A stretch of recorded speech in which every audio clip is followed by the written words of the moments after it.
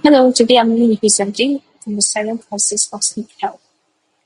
What if I told you that one of the biggest threats to our well-being is something that we do every night, sleep?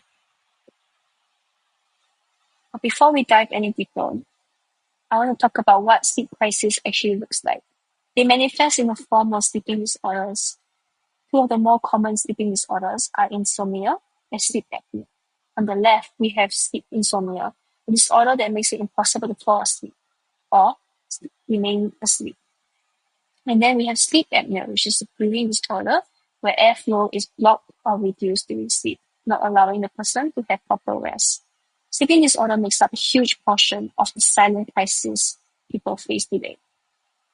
So let's begin with a simple but startling question. How many of us are truly well rested?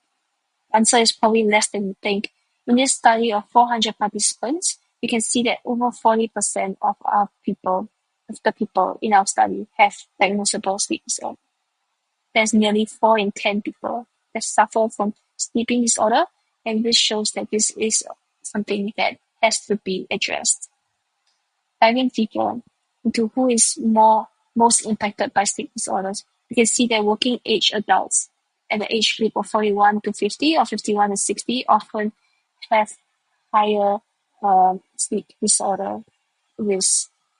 But this could be due to juggling multiple responsibilities, like demanding jobs, family commitments, or maybe this is a manifestation due to old age. It's essential to recognize that sleep issues don't discriminate by age, but maybe this is due to the pressure of life that often intensifies the problem.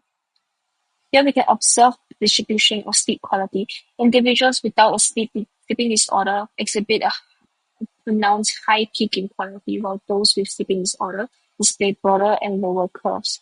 This indicates that sleeping disorders significantly diminish sleep quality. So who is at risk?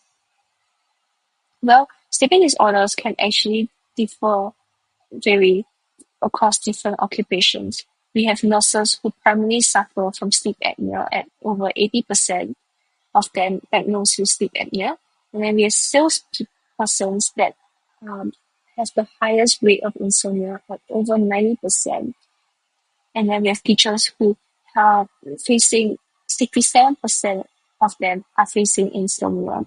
So this could vary due to maybe work stress, long hours, maybe pressure due to work that help contribute to all these sleep difficulties. From this data, it's clear that certain occupations are more vulnerable to certain types of sleep disorders.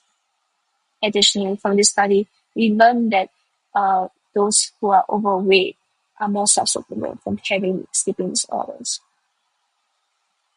To make it more visually poignant, in our study, is nearly 9 in 10 overweight individuals that have a sleeping disorder. Hence, it is empirical for individuals to remain at healthy weight. Digging deeper, you can see what shapes our sleep. Here's a correlation heat map of an X-ray into our lives. We can see that more physical activities lead to slightly better sleep, and low physical activities, especially when combined with high BMI or high heart rate, makes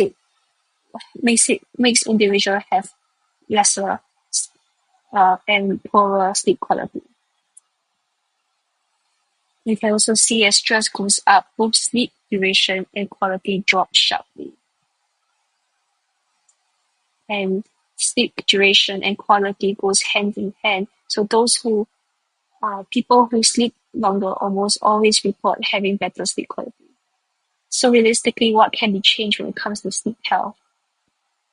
Well, people should aim to reduce stress at night by practicing meditation and mindfulness, avoid screen time an hour before sleeping, so to not stimulate our brains before falling asleep.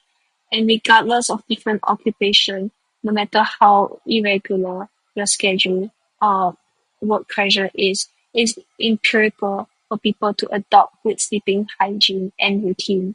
Ultimately, by developing good sleeping habits, it can help manage sleeping disorders and will also benefit individuals. long-term health plans. Thank you for listening.